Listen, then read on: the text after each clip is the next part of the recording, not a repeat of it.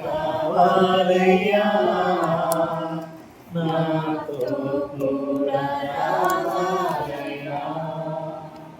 గనుడా నీ దివ్య సన్నిధి నన్ను ఆదుకొనేనా పెన్నిధి. గనుడా నీ దివ్య సన్నిధి నన్ను ఆదుకొనేనా పెన్నిధి. నీవే కావాలయ్యా నీతో రావాలయ్యా. నీవే కావాలయ్యా నాతో రావాలయ్యా. యేసు నీవే కావాలయ్యా నాతో కూడా రావాలయ్యా. యేసు నీవే కావాలయ్యా నాతో కూడా రావాలయ్యా. నీవే నాతో వస్తే దిగులు నాకుండదు. నీవే నాతో వస్తే దిగులు నాకుండదు. నీవే ఆజ్ఞాపిస్తే తెగులు నన్నంటదు. నీవే ఆజ్ఞాపిస్తే తెగులు నన్నంటదు. నీవే కావాలయ్యా నాతో రావాలయ్యా. నీవే కావాలయ్యా నాతో రావాలయ్యా. యేసు నీవే కావాలయ్యా నాతో కూడా రావాలయ్యా. యేసు నీవే కావాలయ్యా నాతో కూడా రావాలయ్యా. యేసు నీవే కావాలయ్యా నాతో కూడా రావాలయ్యా.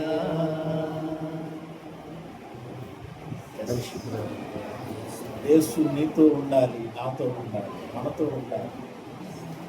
ఆయన నీతో ఉంటే నాతో ఉన్నా, మనతో ఉంటే దిగులుండదు, తెగులంటదు. సమస్తాన్ని జయించినవాడు, లోకాన్ని జయించినవాడు, మరణాన్ని జయించినవాడు, శోధన జయించినవాడు, మనకన్నిటిలో సహాయం చేయువాడు ఆయన.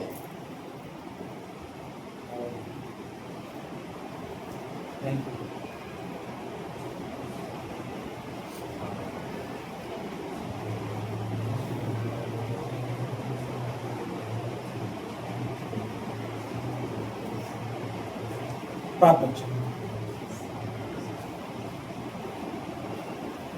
మహాగణుడా, మహోన్నతుడా, కృపగల తండ్రి, సహాయకుడా, నజరేయుడైన యేసుక్రీస్తు అతి శ్రేష్టమైన నామములో ఈ సన్నిధిలోకి వస్తున్నాము.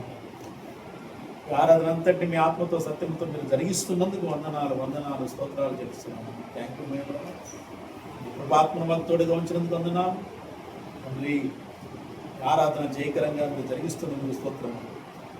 వెలుగులు చేయాలని ప్రయత్నం చేయి, ఆలోచించు ప్రతి విధమైన అంధకార ఆత్మను బంధిస్తూ ఉన్నాను. ప్రతి చీకటి అంధకార ఆత్మ యేసు నామములో లయమైపోవును గాక.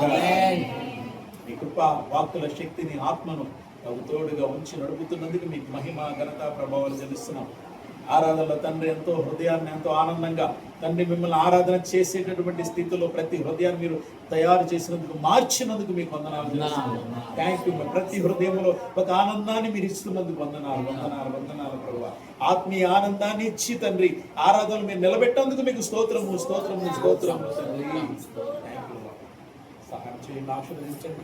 నిత్యము తండ్రి మా గృహాలలో కూడా తండ్రి, మా ఇళ్లలో కూడా తండ్రి, ఇక్కడి నుంచి వెళ్ళిన తర్వాత మా ఇళ్లలో కూడా మేము ఆనందంగా మీ సన్నిధిలో తండ్రి ప్రభు అనుభవిస్తున్నానికి మాకు సహాయం దయచేయండి ప్రభా. గృహాలలో పనిచేయాలని ప్రయత్నించి అంధకారాలను లయపరచండి. మీ ఆరాధనకు ఆటంకంగా, మీ వాక్య జీవితానికి ఆటంకంగా, మీ ఆత్మీయ నడిపింపుకు ఆటంకంగా ఉన్న ప్రతి అంధకార ఆత్మ లయపరిచి గృహాలలో కూడా శాంతి సమాధానం దయచేయండి. మహిమ తెచ్చుకుందాం. జరగబో కార్యమంతటిని మీ చేతులకు అప్పగిస్తూ యేసుక్రీస్తు ప్రభువు అతి శ్రేష్టమైన నామములో ప్రార్థిస్తున్నాను పరలోకపు తండ్రి. Praise the Lord. హల్లెలూయా. 47వ కీర్తన ఉత్తర ప్రత్యుత్తరంగా చదువు.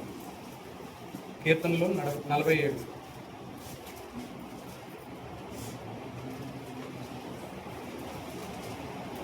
ప్రధాన గాయకునికి కోర్హు కుమారులు చేసినది గీతం.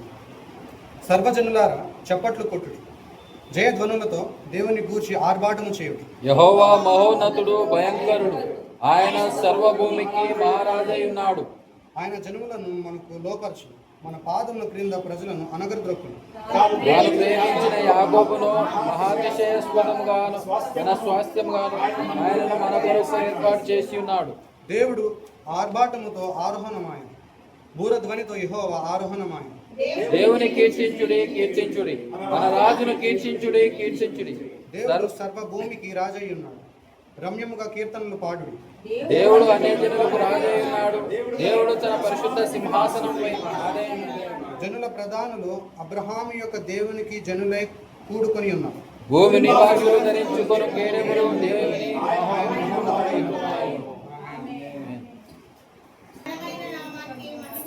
నీతి స్వరూపుడైన యెహోవా ఘనమైన నామానికి మహిమ కలుగును గాక. సర్వజనులారా చప్పట్లు కొట్టు, జయధ్వనులతో దేవుని గూర్చి ఆర్భాటము చేయాలి. ఏం చేయాలంట? ఆర్భాటము చేయాలి. ఆర్భాటం చేయాలి. ఆర్భాటం చేస్తున్నారంటారు కదా, చూసే ఉంటారు. ఏంటి ఆర్భాటం చేస్తున్నారు?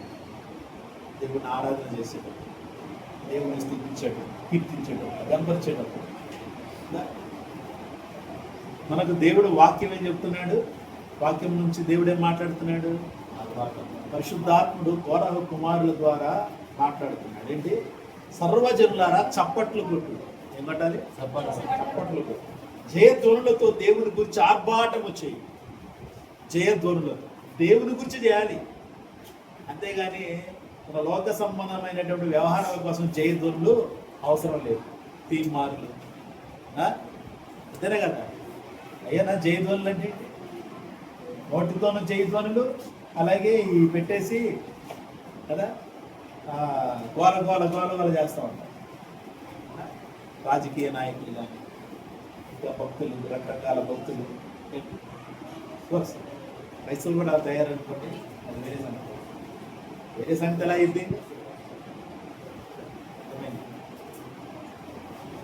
అది వేరే సంగతి లేదు. క్రైస్తవులు కూడా కదా. అంటే ఎక్కువ యెహోవాకు ఆర్భాటం చేయాలి. యెహోవాకు, అందుకని కింద యెహోవా మహోన్నతుడు, తర్వాత ఏమంటే ఆయన యెహోవా మహోన్నతుడు, తర్వాత భయంకరుడు.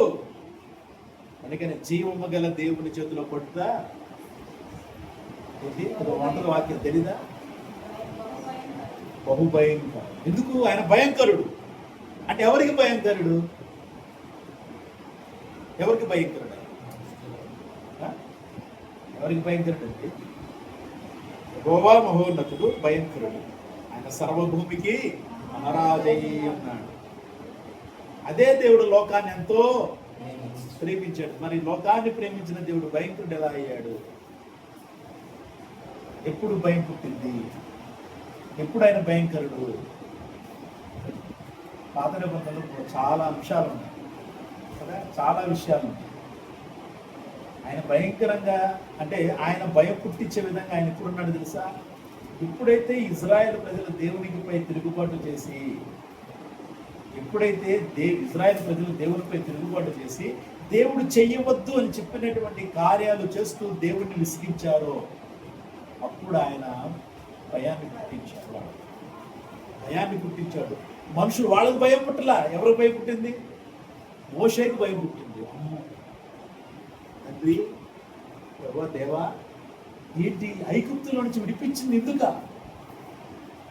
వీళ్ళందరినీ ఇక్కడ నాశనం చేయడానికి నువ్వు విడిపించావు అంటే వాళ్ళందరూ అలా చెప్పుకోవాలా నీ గురించి? వాళ్ళ దేవుడు బయటికి తీసుకెళ్ళి అందరినీ నాశనం చేసి చెప్పుకోవాలా? వద్దు. దయచేసి వీళ్ళని ఏం చెయ్యదు. అంతకైతే నీ గ్రంథం నుంచి నా పేరు తీసే. Praise the Lord. హల్లెలూయా.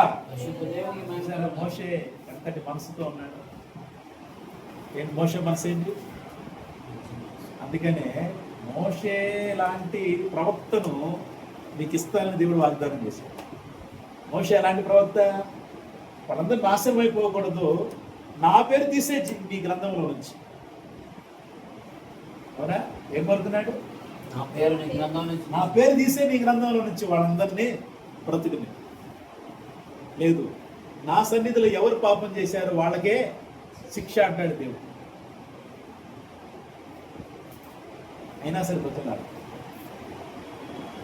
అయినా పోని ఆయన క్షమించాడని చెప్పి వాళ్ళు పాపం చేయడం మానారా?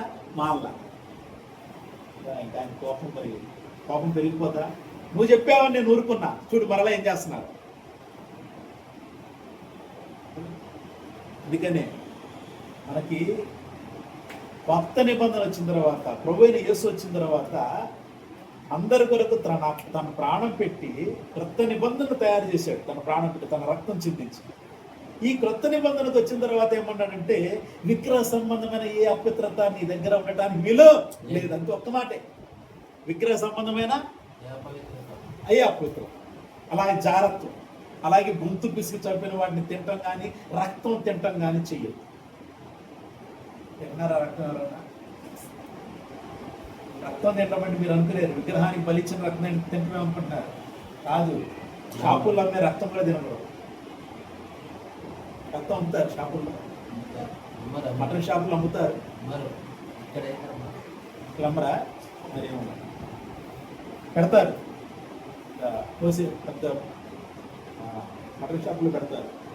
కోసేటప్పుడు తంబాలలో పడతారు, అది ఉంచుతారు. మరి అమ్ముతారు అప్పుడు తెలియదు నాకు, కానీ తినేవాళ్ళు తీసుకొని వెళ్తూ ఉంటారు.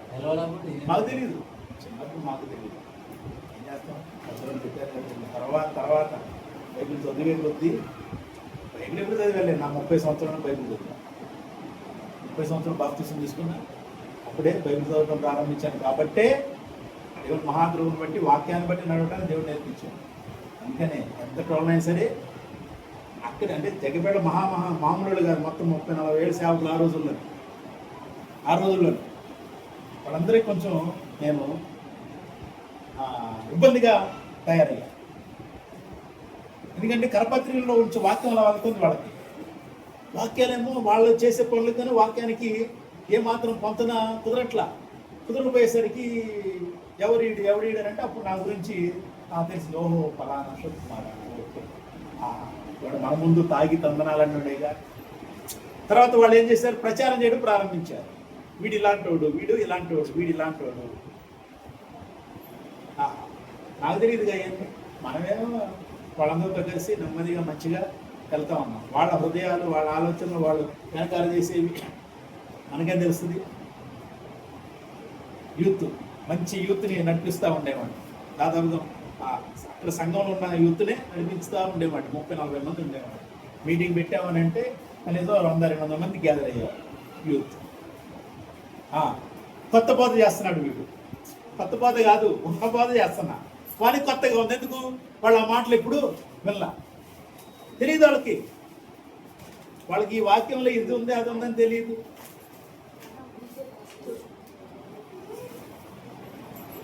కాబట్టి దేవుడు ఎప్పుడు భయంకరుడు అవుతాడు అని అంటే, ఆయనకు వ్యతిరేకంగా ఎప్పుడైతే మనం ఉంటామో అప్పుడు ఆయన భయంకరుడుగా.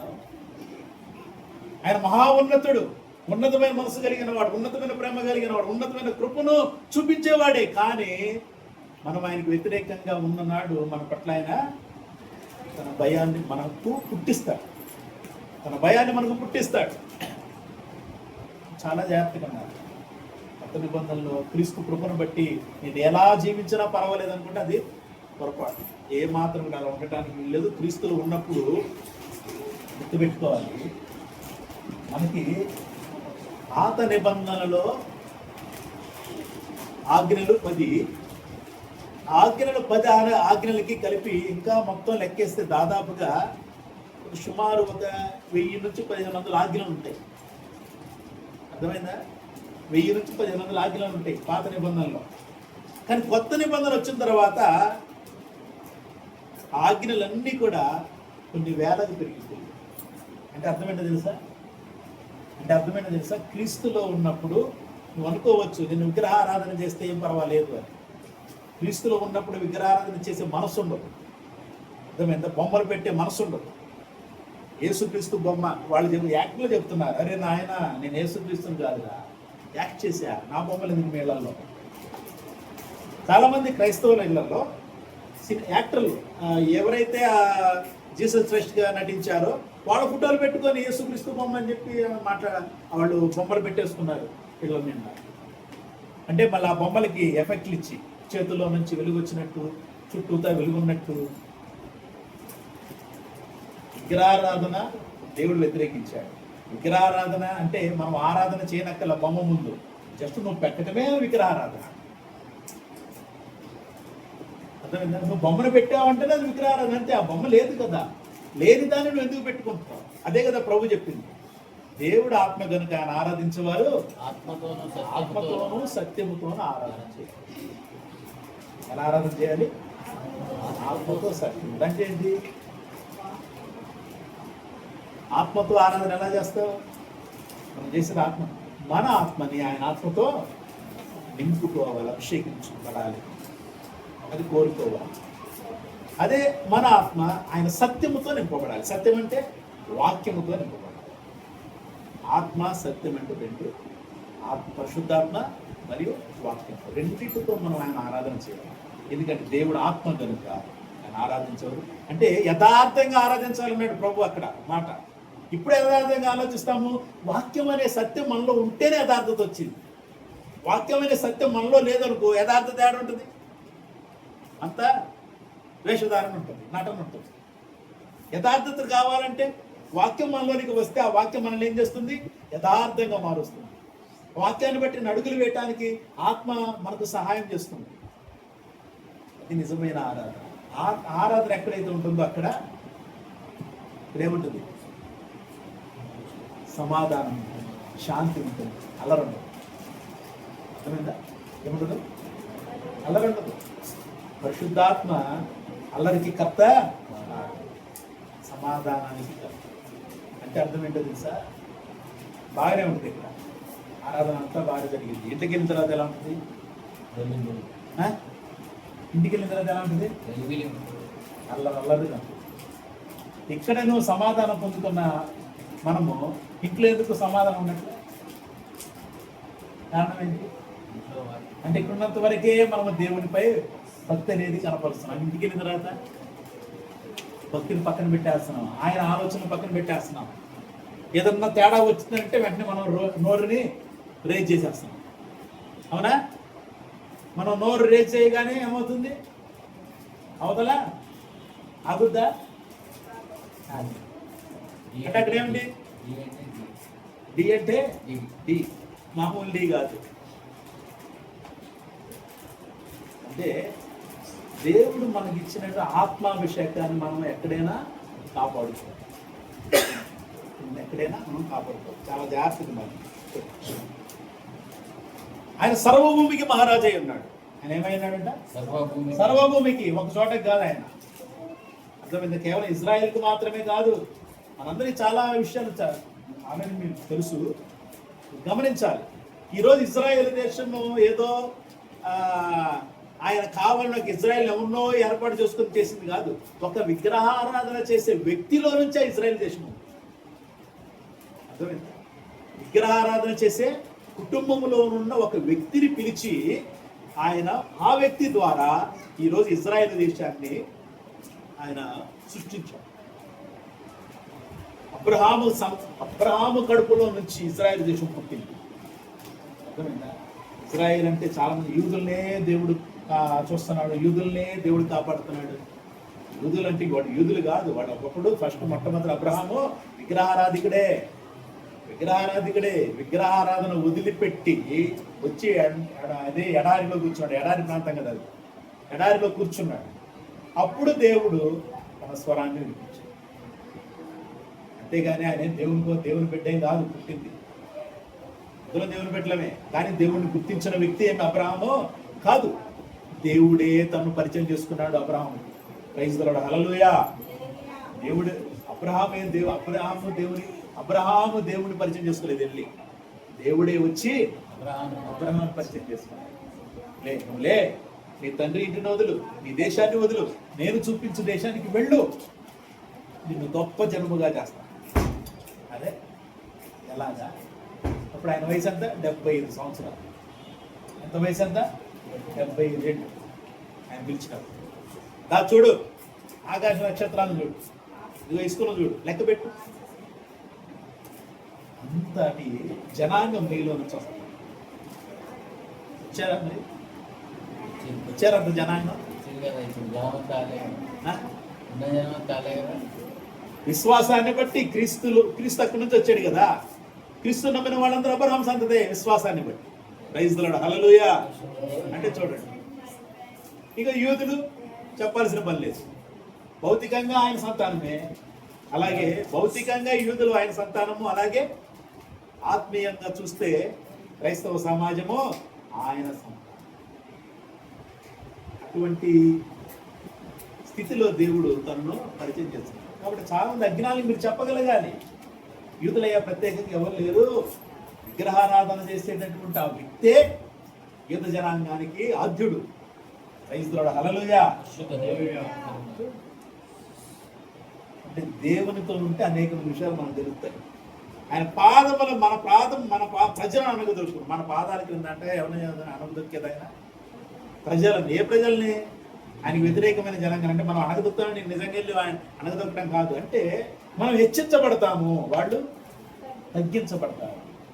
నీట్లయినా సరే నువ్వు దేవునితో ఉండు, నువ్వు హెచ్చించబడతావు. అవతల వాళ్ళ వాయిస్ డౌన్ అయిపోతుంది. అర్థమైందా? దేవునితో ఉండు. నిన్ను ఇంకా అధిగమించాలని ప్రయత్నం చేసే వాళ్ళని దేవుడు ఊరుకోడు. దేవుడు ఎక్కడ వాళ్ళ నుంచో అక్కడే వస్తాడు. అది అడగదొక్కటం అంటే. బట్ దేవునితో ఉండు, దేవుని నమ్మకంగా ఉండు, ప్రార్థనాపూర్వకంగా, దేవుని ఆత్మాభిషేకంతో, వాక్యాన్ని హెచ్చించు, దేవుణ్ణి హెచ్చించు, క్రీస్తుని హెచ్చించు. అందుకని ఎక్కువ చెప్పేది ఆయన పరిశుద్ధుడు అని చెప్పమంటా. ఎవరు అడిగినా సరే ఆయన పరిశుద్ధుడు కాబట్టి నేను నమ్ముతున్నా, ఆయన పరిశుద్ధుడు కాబట్టి నేను వెంబడిస్తున్నా, ఆయన పరిశుద్ధుడు కాబట్టి నేను క్రైస్తవునయ్యా, క్రీస్తు పరిశుద్ధుడు కాబట్టి నేను క్రైస్తవునయ్యా, క్రైస్తవురాలనయ్యా. మీ తాత ముత్తాతలు వాళ్ళు కదా, ఎవరైతే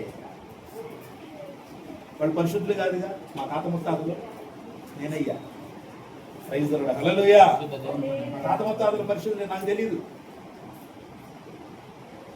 కానీ క్రీస్తులో దేవుడు నన్ను పరిశుద్ధపరిచాడుగా.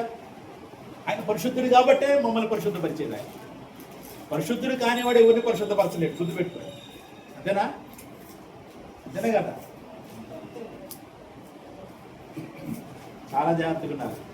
ఎందుకంటే దేవుని యొక్క ఆత్మ, దేవుని యొక్క జ్ఞానము, దేవుని యొక్క వాక్యము ఏ కుటుంబంలో ఉంటుందో ఆ కుటుంబముగా ఆశీర్వదించబడుతుంది. అంటే అనుకోవచ్చు ఆశీర్వాదాలన్నీ ఆర్థికంగా ఉంటాయి. ఆర్థికంగా ఎంతవరకు ఉండాలో అంతవరకే వస్తుంది, కానీ ఎక్కువగా ఆశీర్వాదం వాక్యాన్ని బట్టి, దేవుని ఆత్మను బట్టి ఆశీర్వాదం ఎక్కడ? దేవుని ఆత్మలో. నీ ఆత్మీయ జీవితంలో కరెక్ట్గా ఉంటే, నీ ఆత్మీయ జీవితంలో కరెక్ట్గా ఉంటే నీకు కావలసిన ప్రతి అవసరత నువ్వు అడగకుండానే నీ దగ్గరికి వస్తుంది. మనం కావాలని చేసుకొని మనం అనేక ఇబ్బందులు పడతాం. అర్థమైందా? మనం కావాలని చేసుకొని మనం అనేకమైన ఇబ్బందులు పడతాం. అంతే. దేవుడు ఎప్పుడు కూడా మనల్ని ఇబ్బందులు నెట్టేవాడు కాదు, గుర్తుపెట్టు. దేవుడి మీద మనం నెమ్మం వేయడానికి ఏమాత్రం కూడా వీల్లేదు. నీ వల్లే నెట్టయ్యా అని అంటారు చాలా మంది, తప్పదు. దేవుడు మనల్ని ఎప్పటికీ కూడా మన జీవితంలో ఏ విధమైన నష్టాన్ని కలిగించడో. ఆ నష్టం ఏదైనా కలిగింది అంటే అది మన వల్లనే ఉంటుంది. భార్యో, భర్తలో, పిల్లలో, ఎవరో ఒకటి పిల్లలు చేశారనుకో, వాళ్ళని ఏం అనాల్సిన అవసరం లేదు.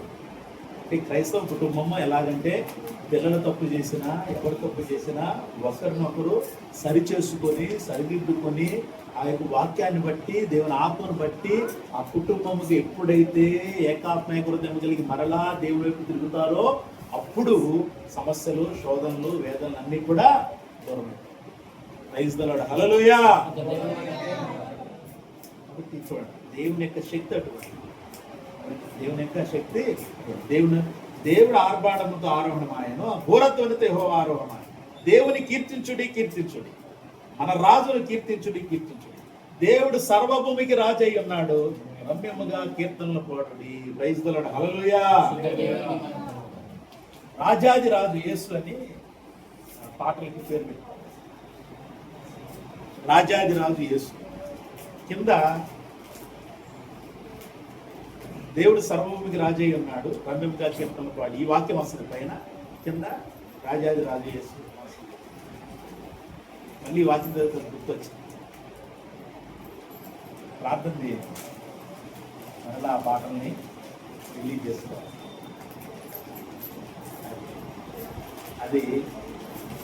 అది చాలా మామూలుగా కాదు, మామూలుగా శోధించట్ల, భయంకరమైనటువంటి శోధన.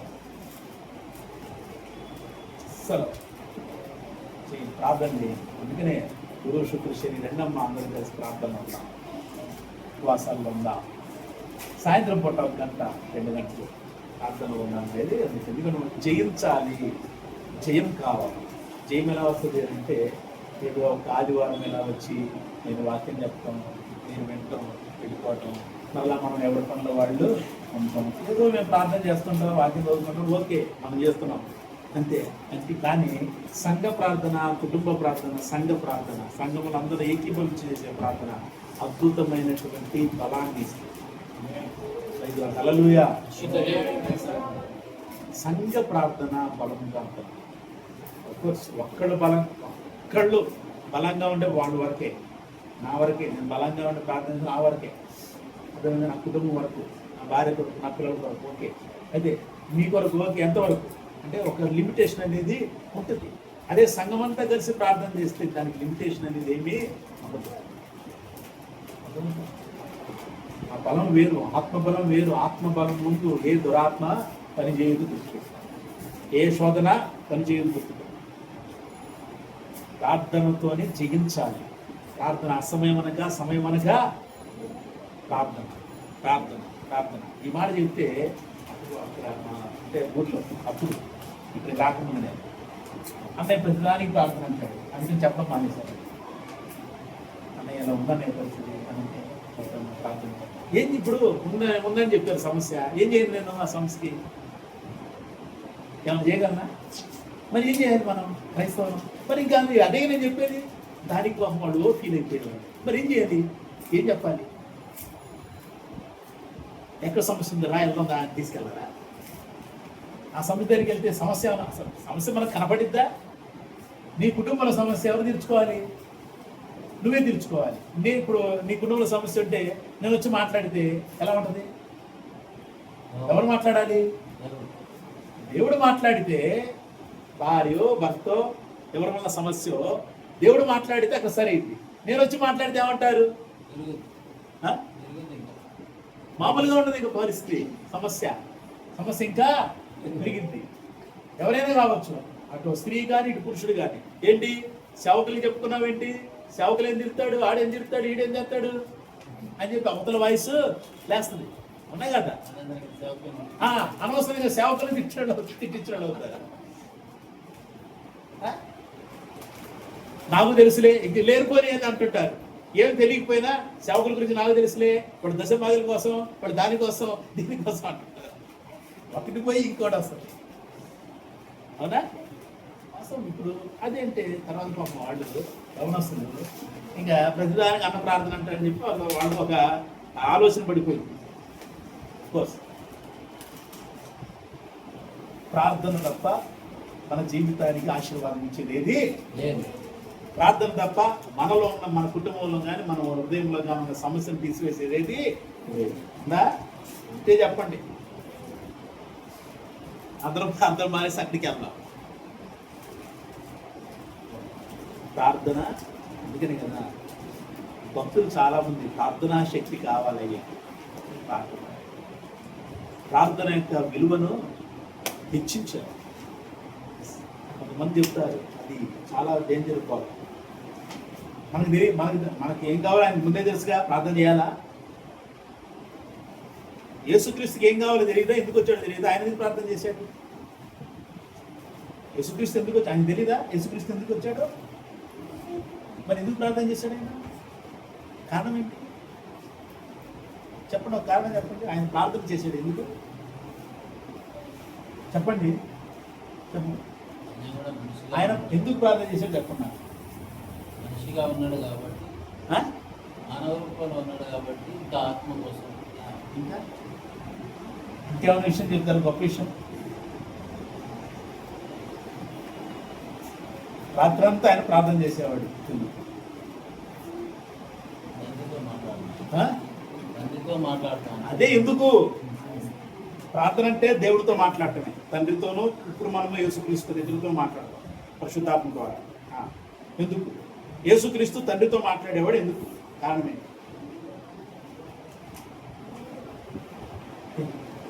ఏంటి? ప్రతి విషయం తెలుసుకొని చెప్తా, నేనే చెప్తా.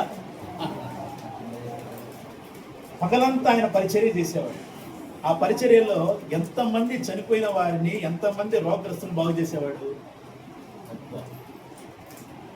ఆయన నిద్రపోయేంత వరకు తక్కువ మంది నీకు అందులో కనపడుతున్నారు. నువ్వు బైబిల్లో అన్ని రాయాలంటే ఏమన్నాడు భక్తుడు? భూలోకమంతా సరిపోదంట ఆయన చేసిన అద్భుతాలు రాయాలంటే. అర్థమైందా? మరి తక్కువ చేశాడా? ఆయన చేసిన ప్రతి కార్యానికి ఆయనలో నుంచి ప్రభావం వెళుతూ ఉండే. అర్థమైందా? దేవునితో ఎందుకు ఉండాలో చెప్తాను. మనం లోకంలో తిరుగుతూ ఉన్నాం, అవునా?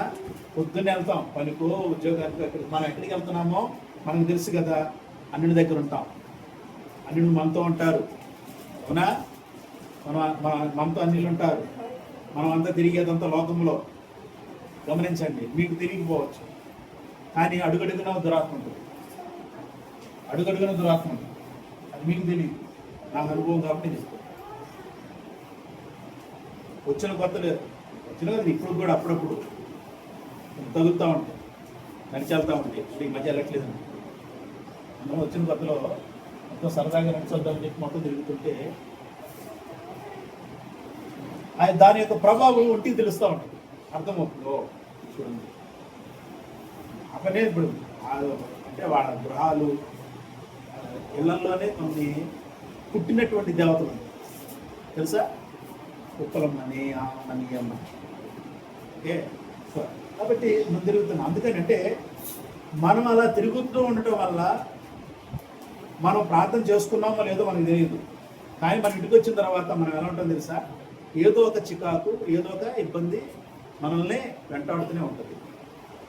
ఓకేనా? అందుకనే మనము బయటికి వెళ్ళేటప్పుడు దేవుని యొక్క కృప కావాలి, అందుకు ప్రార్థన చేసుకోవాలి.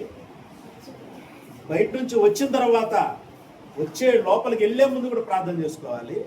ఎందుకంటే మనం తిరిగి వస్తున్నప్పుడు ఏది కూడా మన వెంట రావడానికి వీలేదు. అంటే వస్తాయా? ఎస్, కొన్నిసరిగా వస్తాయి. వచ్చిన తర్వాత ఇంట్లో గొడవ జరిగింది, వచ్చిన తర్వాత ఇంట్లో చికాకులు వచ్చాయి. అర్థమైందా? ఇది చాలా జాగ్రత్త. యేసుక్రీస్తు ప్రభువు వారు పగలంతా అద్భుతాలు చేసిన తర్వాత నైట్ ఒక్కడే ఒంటరిగా వెళ్ళాయన ప్రతి దినము ప్రార్థన చేసుకునేవాడు. దేవునితో అభిషేకాన్ని మరలా ఆయనలో, అంటే ఆయన మానవుడు కాబట్టి, లేదంటే ఆయనకి ఆ ప్రార్థన అవసరమో లేదు. ఆయన మానవ రీతికి ఎందుకు వచ్చిన? మనకు నేర్పించడానికే ప్రతి కార్యము జరిగింది. గుర్తుపెట్టుకో. ఆయన దేవుడు కదా. ఆయన దేవుడిగా రాలే ఈ లోకాన్ని. ఎలా వచ్చాడు? దేవుని కుమారుడిగా వచ్చాడు. అందుకనే కీర్తనలు 2వ కీర్తనలో ఉంటుంది, కుమారుని ముద్దు పెట్టుకో లేకపోతే తండ్రి కోపిస్తాడు. ఎవరిని ముద్దు పెట్టుకోవాలి? కుమారుడిని. దేవుడిని ముద్దు పెట్టుకునే సాహసం ఉంది ఎవరికన్నా? ఉందా? దేవుడిని ముద్దు పెట్టుకునే సాహసం ఉందా? మరి ఇస్కరియోతు యోధా కాబట్టి కుమారుడినే ముద్దు పెట్టుకున్నాడు, దేవుడిని కాదు. మరి ఆ పాపంతో ఉన్నవాడు దేవుడి దగ్గరికి వచ్చే అవకాశం ఉంటుందా? కొండను తాకితేనే గొర్రెలైనా, మేకలైనా, జంతువులైనా, మనుషులైనా చంపబడాలని చెప్పి దేవుడు ఆజ్ఞ చేశాడు. కొండను తాకితేనే ఎందుకు? దేవుని మహిమతో నింపబడింది ఆ కొండ. ఆయన అక్కడ ఉన్నారు అని చెప్పి కొండను పూజించమని కాదు. ఈ మాట చెప్పామనుకో, ఈ కొండ మీద దేవుడు ఉన్నాడని చెప్పి వచ్చి కొండను పూజించే జనాంగం ఉన్నారు క్రైస్తవులు. అర్థమైందా?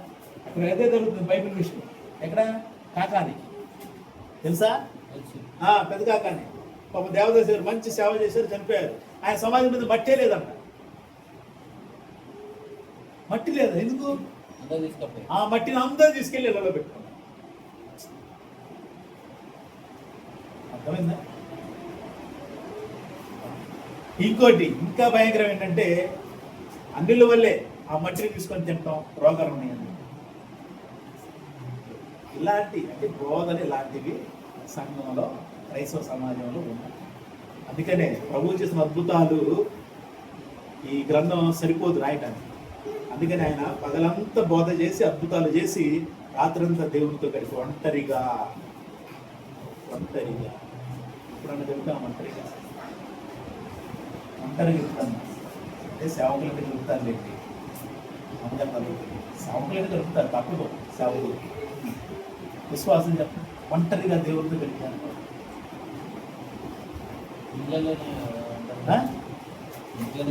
ఇళ్లలోనే ఒంటరిగా అంటే వాళ్ళందరినీ పంపించమని కాదు, బయటికి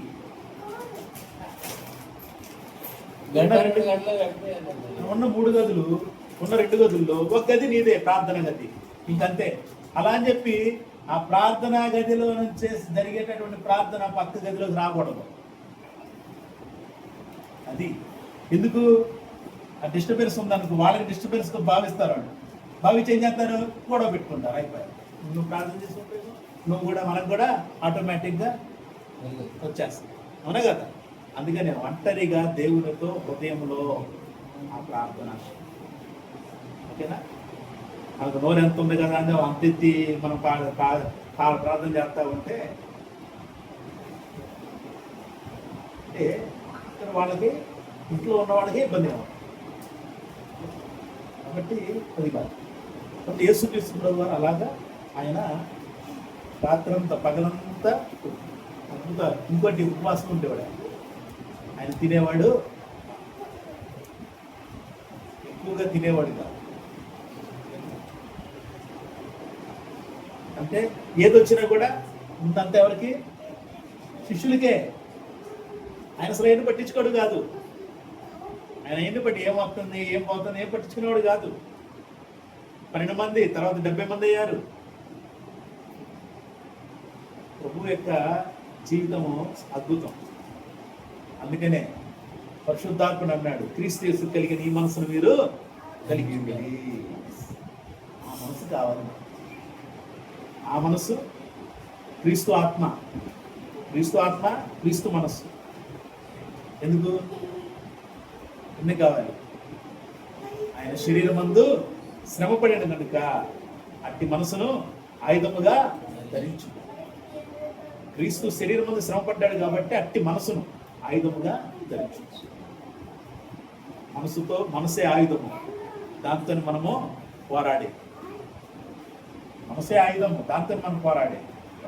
కాబట్టి జాగ్రత్త గమనించండి. యేసుక్రీస్తు ప్రభువారు అద్భుతాలు చేసేవాడు కాబట్టి ఒంటరిగా ప్రార్థన, దేవుడితో ప్రార్థన మనకు అనేకమైన సమస్యలు, శోధన, చుండుదలు అనేది. దేవుడు సర్వభూమికి రాజు, అన్ని జనులకు రాజు. సర్వభూమికి రాజు ఉన్నాడు, అన్ని జనులకు కూడా రాజు ఉన్నాడు. ఆ దేవుడిని మనము అనేకులకు పరిచయం చేయాల్సిన బాధ్యత మన మీద. ప్రతి ఒక్కళ్ళు, అన్ని జనులు కూడా యెహోవాయే నా రాజు అని చెప్పగలిగారు యేసుక్రీస్తు నామములో. అది ఎప్పుడు వస్తుంది? ఎవరైతే తండ్రి అయిన దేవుణ్ణి, కుమారుడైన క్రీస్తుని గుర్తిస్తారో వారు మాత్రమే చేయగలరు. అర్థమైందా? తండ్రి అయిన దేవుణ్ణి యోహాను రాసిన మొదటి పత్రిక చదవండి. చదువుతున్నారా? వాక్యం చదువుతున్నారా? ఏమ్మా, వాక్యం చదువుతున్నారా? సమయమే లేదు వాక్యం చదవడానికి కదా, సమయమే దొరకట్లా. వాక్యం చదవకపోతే నీ విశ్వాస జీవితంలో ఏ మాత్రం కూడా ఎదుగుదల ఉండదు. నీ విశ్వాస జీవితంలో నీ మనసుకు ఏ మాత్రం మారు మనసు అనేది ఉండదు.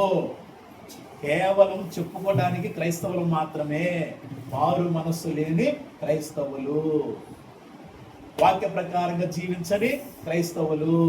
వాక్య ప్రకారంగా జీవించకపోతే ఎందుకు? నువ్వు పాడినా పాడకపోయినా ఒకటే. కాకపోతే ఇంకోటి గుర్తుపెట్టుకో, వాక్యాన్ని బట్టి మనం ఉండకపోతే మన హృదయము ఒక మాట ఉంది, నీరు లేని ప్రదేశం వెతుకుచు ఒక దెయ్యం తిరుగు. అవునా? నీరు లేని ప్రదేశం వెతుకుదానికి ఒక ఇంటి, నేను విడిచి వెళ్ళిన ఇంటికే వెళతానని చెప్పి వచ్చింది. తిరిగి వచ్చేసరికి ఎలా ఉంది? ఊడ్చి అంత అమర్చబడి అందంగా కనపడుతుంది. చాలా బాగుంది, ఇక్కడ నీరు లేదు, సో ఉండని చెప్పేసి వెళ్ళిపోయి మరలా తనకంటే చెడ్డమైన మరో 7 దెయ్యాలని వెంట పెట్టుకొని, ఎన్ని దెయ్యాలు? 7 దెయ్యాలు వెంట పెట్టుకొని ఆ ఇంట్లో కాపురం ఉన్నాయి. మొత్తం ఎన్ని దెయ్యాలు? 8 దెయ్యాలు. మొదట ఒక్క దెయ్యం ఉంటేనే భయంకరంగా ఉంది వాడి పరిస్థితి. అలాంటిది మరో 7 దెయ్యాలు యాడ్ అయ్యి వచ్చాయి దాంతో పాటు. ఎందుకు? ఎస్, మొట్టమొదట మారు మనసు పొంది బాప్తిసం తీసుకున్నాడు ఆ వ్యక్తి. అర్థమైందా? మారు మనసు పొంది బాప్తిసం తీసుకున్నాడు ఆ వ్యక్తి. ఓకే, ప్రశాంతంగా ఉంది, ఓకే బాగున్నాడు. దయ్యం వదిలి వెళ్ళిపోయింది. మారు మనసు పొందాడు కదా, దయ్యం వదిలి వెళ్ళిపోయింది. నీట్గా ఉంది, ఏం లేదు ఇంట్లో, హృదయంలో అంతా క్లీన్గా ఉంది. ఓకేనా? క్లీన్గా ఉంది, ఓకే, ఎదుగుతూ ఉన్నాడు, బాగానే ఉంది, ఎదుగుతూ ఉన్నాడు. వాక్య ప్రకారంగా ఎదగట్ల. ఊడ్చి అమర్చబడి ఉంది అంతే. చూడటానికి అందరికి కూడా చాలా నీట్గా మంచిగా కనపడుతున్నాడు. అతను క్లీన్గా కనపడుతున్నాడు చూడటానికి. అతని హృదయం కూడా అంటే అందరూ అలా అనుకుంటున్నారు, కానీ వాక్య ప్రకారంగా తను ఉండట్లా. వాక్య ప్రకారంగా లేడు, వాక్యం లేదు హృదయంలో. పాటలు పాడుతున్నాడు, ఆరాధన చేస్తున్నాడు, అంతా చెప్తున్నాడు. అయ్యగారు పిలిచి రమ్మంటే వాక్యం చదవమంటే వాక్యం చదువుతున్నాడు, అంతా బాగానే ఉంది. కానీ వాక్యము తను చదవట్ల, వాక్యము తన హృదయంలో లేదు. ఊడ్చి అమర్చబడి ఉంది కదా, వెళ్ళింది కదా, నీరు లేని ప్రదేశం తిరుగుతూ ఉంది పాపం.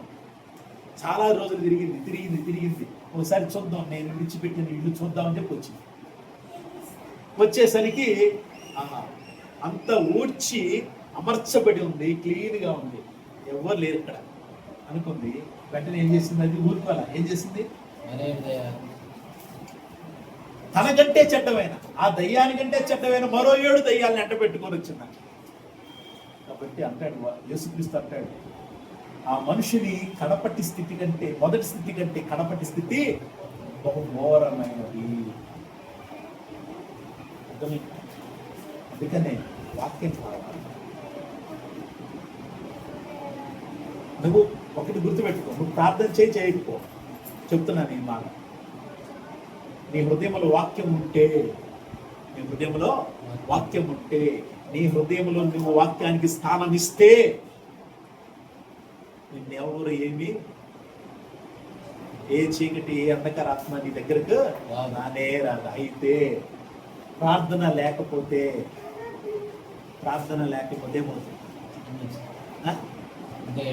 హృదయంలో ఉంటే రాదు, వాక్యం ఉంటే నీలో రాదు. అదే ప్రార్థన ఉంటే ఇంకా నీ శక్తి అధికమవుతుంది. ప్రార్థన లేకపోతే ఏమవుతుంది? ఆ వాక్యాన్ని బట్టి మాత్రమే నువ్వు దాన్ని జయించగలుగుతావు. అది నీ దగ్గరికి రాదు, నీ జోలికి రాదు. వీడి హృదయంలో వాక్యం ఉంది, యేసుక్రీస్తు వాక్యం ఉంది, వీడు నీతిమంతుడు, యథార్థుడు, ఓకే. కానీ ప్రార్థన ఎందుకు? ప్రార్థన ఎవరికి చేస్తున్నావు? దేవునికి చేస్తున్నావు, దేవునితో మాట్లాడుతున్నావు. అంటే దేవునితో మాట్లాడుతూ నీలో ఉన్న వాక్యాన్ని ఇంకా అభివృద్ధి పరుచుకోవాలి. అప్పుడు నువ్వు 30 దంతలు, 60 దంతలు, 100 దంతలు అనే ఒక కొలత ఉంది కదా, ఆ 30 దంతల నుంచి 60 దంతలకి వెళ్తావు. ఒక సేవకుడు ఒక మాట చెప్పాడు. తమిళనాడు సీఎం క్రిస్టియన్ అంట. క్రిస్టియనేనా అంటే ఎట్లా? వాళ్ళ అమ్మగారికి పెద్ద గుర్తు పెట్టింది, ఓకేనా? క్యాథలిక్ రోమన్ క్యాథలిక్ ఫ్యామిలీ కాదు. వాడికి బ్యాబ్రాన్ ఇంకా వాళ్ళని అంటుతారులే కానీ వాళ్ళు ఎప్పుడు క్రైస్తవుడు అయ్యాడు. ఆయన క్రైస్తవుడు అంట. ఈ సేవకుడు చెప్తున్నాడు, సోకాల్డ్ యూట్యూబ్ సేవకుడు అంటే బయట కూడా పెద్ద పెద్ద ప్రసంగాలు, పెద్ద పెద్ద డిబేట్లు చేస్తాడు. క్రైస్తవుడు మొట్టమొదటిసారి దేశంలో తమిళనాడుకి ముఖ్యమంత్రి అయ్యాడు. ఆయన మన క్రైస్తవుడు అవటం వెంటనే నువ్వేం క్రైస్తవుడు రా ఆయన. ఇంత వాక్యం చదివి ఇంత ఆత్మలు అభిషేకించబడ్డామని చెప్పుకునే వాళ్ళు అసలు వాక్యంలో ఏముంది, ఏం చెప్తున్నాడు ప్రభువు, ఏం వాక్యాన్ని బట్టి మనల్ని ఎడమంటున్నాడు అని అంటే ఆయన భార్యను వదిలేశాడు. ఓకేనా, ఆయన గురించి ఉన్న రూమర్స్ అవి నిజమో కాదో మనకు తెలియదు, కానీ భార్యాభర్తలు ఇద్దరు కూడా విడాకుల కేసు అనేది ఉంది. మొట్టమొదట క్రైస్తవుడు విడాకులకు వెళ్ళడానికి వీలు లేదు, విడిచిపెట్టకూడదు. ఇద్దరు కూడా భార్యాభర్తలు విడిచిపెట్టకూడదు. కేవలం ఒక వ్యభిచార కారణాన్ని బట్టి, భర్త వ్యభిచారం చేశాడా, నీకు ఇష్టం లేకపోతే వదిలే విడాకులు తీసుకో. నీ భార్య వ్యభిచారం చేసిందా, నీకు ఇష్టం లేకపోతే ఓకే, క్షమించే మనసు ఉంటే ఓకే, క్షమించే మనసు లేకపోతే విడిచిపెట్టే, కానీ మరలా పెళ్లి చేసుకోమని ఉందా లేదా? ఉందా? మరలా పెళ్లి చేసుకోమని అంటే విడిచిపెట్టకూడదు. విడిచిపెడితే పెళ్లి చేసుకోకూడదు. కారణం ఏంటి? మరలా విడిచిపెట్టినోడు పెళ్లి చేసుకుంటే ఏంటి? ఇద్దరు కూడా వ్యభిచారులు అవుతారు. వ్యభిచారం చేసిన వాళ్ళే. బైబిల్ క్లియర్గా ప్రభు చెప్పిన మాటలు అవి. అర్థమైందా? పరిశుద్ధాత్ముడు దానికి తోడుగా పౌలు గారి ద్వారా ఇంకా విడమర్చి చెప్పాడు ఆయన. మరి అటువంటి వాడు క్రైస్తవుడు ఎలా అంటే అతనికి వాక్యం తెలియదు, వాక్యం తెలియని వాడు క్రైస్తవుడు కాదు. ఇప్పుడు నిన్న ఒక న్యూస్ ఏంటంటే ఆయన చేతికి ఒక దేవత ఉంది, ఆ దేవత యొక్క కంకణం ఉందంట చేతి, మూకాంబిక దేవి, ఆమె కంకణం ఆయన చేతుకుంది. ఎవరు అసలు క్రైస్తవుడా?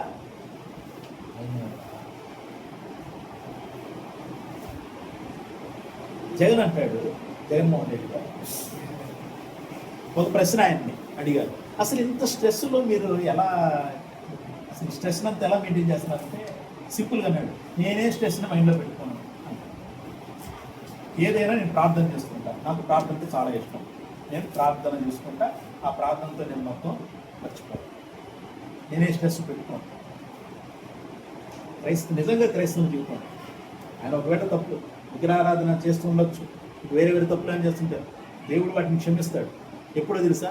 అతను ప్రార్థనలు ప్రతిదినం అడిగితే, ప్రార్థనలు అడగాలి, ప్రభా ఇది నేను పరిస్థితులు నేను చేయలేదు, దేవుడు దానికి ఒక రెమెడీ అనేది దేవుడు ఇస్తాడు.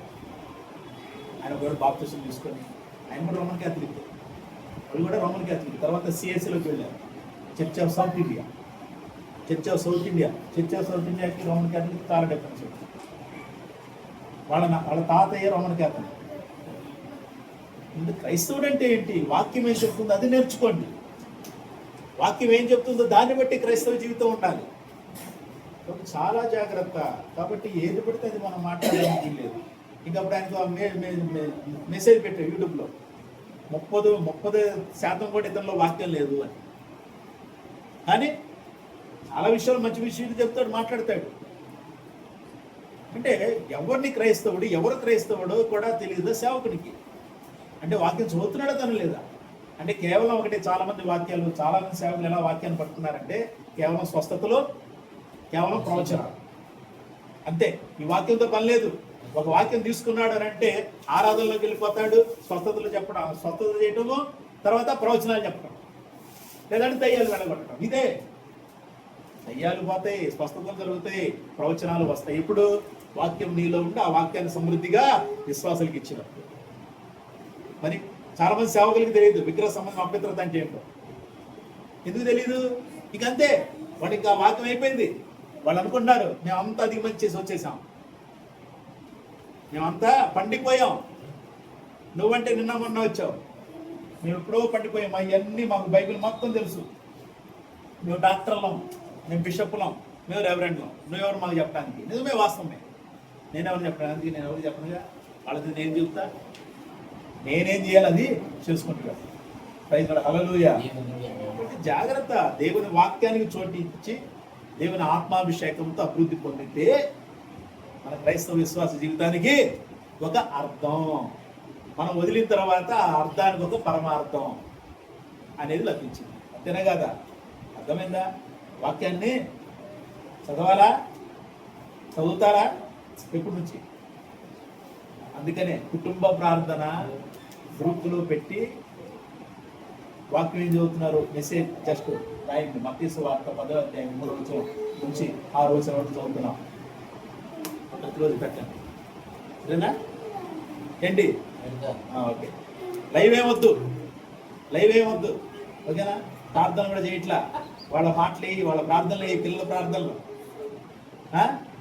పిల్లల ప్రార్థనలే వాళ్ళ ప్రార్థన. ఆ టైంలో సంఘం చాలా ప్రశాంతంగా ఉంది, అవునా కదా? పిల్లల ప్రార్థన ముద్దు ముద్దు మాటలు దేవుడు విని మన ప్రార్థన వినకపోయినా మన ప్రార్థన వినకపోవచ్చు. ఎందుకంటే మన ఆలోచనలు వేరు, మన తలంపులు వేరు, మన మాటలు వేరు, రకరకాలుగా ఉన్నాం. కానీ పిల్లలకేం తెలియదు కదా. వాడు ప్రభా సంఘాన్ని కాపాడాయనంటే నిజంగా దేవుడు కాపాడతాడు. ప్రభా సంఘంలో ఉన్న అమ్మని నాన్నని అందరిని ఆశీర్వదించు, నిజంగా ఆశీర్వదిస్తున్నాడు, అవునే కదా? తల్లిదండ్రులు ప్రార్థన చేయకపోయిన పిల్లలతోనే చేయించండి. ప్రైజ్ కదా. అందరూ జాగ్రత్త. కొన్ని సంవత్సరాలే, మనం ఎక్కువ సంవత్సరాలేమో, కొన్ని సంవత్సరాలే చెప్తున్నా, గుర్తుపెట్టుకోండి, ఓకేనా? ఇది 2026, ఇప్పుడు కొన్ని సంవత్సరాలు. నాకైతే అదే అనిపిస్తుంది. కాబట్టి మన వాక్యంతో ఉండాలా, దేవునితో ఉండాలా, ప్రార్థనలో ఉండాలి. కులంతో ఏమైనా తెలుసు, చాలా జాగ్రత్తగా జీవించుదాం, ఓకేనా? చాలా సమయం అయిపోయింది, ఇంకా ఇంకో సెక్షన్ ఉంది కదా, ఇంకా వాక్యం అవ్వలేదు, మనం ఇంకా కీర్తనలో ఉన్నాం. కాబట్టి ఈ మాటను బట్టి దేవుని యొక్క చెప్పులో దేవుని ఆత్మలో బలంగా ఉండడానికి తాపత్రయపడదాం. వీడి మాట ఆశీర్వదించిన కాక సమయం మీకు ఇస్తున్నాను. సాక్షి చెప్పి దేవుని